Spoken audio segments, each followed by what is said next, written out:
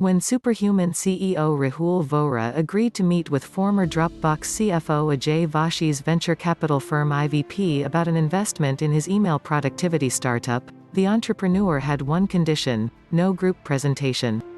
For many startups, pitching a VC firm's partnership during its Monday meetings is a rite of passage. Vohra said he'd meet with each and every partner to talk about Superhuman one-on-one instead. "I hate coming into the office, being in a boardroom and saying, 'Here's my deck,' pounding the table about, rah, my vision. I'm not an American founder, I'm a very understated British type, personality-wise," Vohra says. "That's just my culture."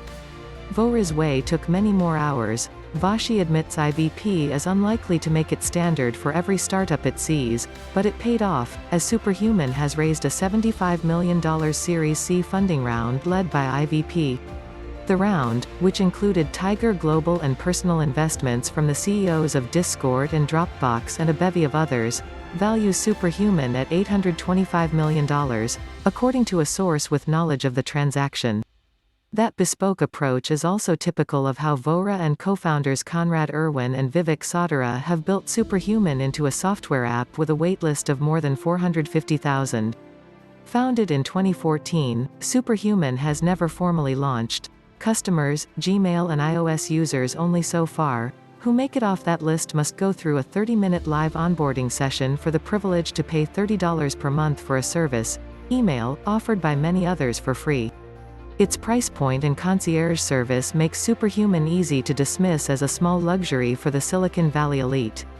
But it's allowed Superhuman to grow cautiously, largely off its own revenue, all while tweaking its tools, the killer feature, keyboard shortcuts that can make it easy to reply with pre-written messages or templates, Zoom links and calendar holds, from feedback starting the moment a user first explores the product. Superhuman doesn't share its total number of users. In 2020, Forbes estimated Superhuman had reached at least 50,000 when the startup appeared on the list of next billion-dollar startups. The company does say those customers have sent more than 100 million messages to triage, more than 335 million conversations to date. More than half of monthly users have worked in the app daily for the past 2 years, and more than 60% excluding weekends. Vohra adds that 58% of users spend more than 3 hours per day in the app, on par with what the average worker already spends on email in a weekday, per an Adobe survey, and have sent an average of 3.4 invites to others, converting at least one person into a customer within 6 months.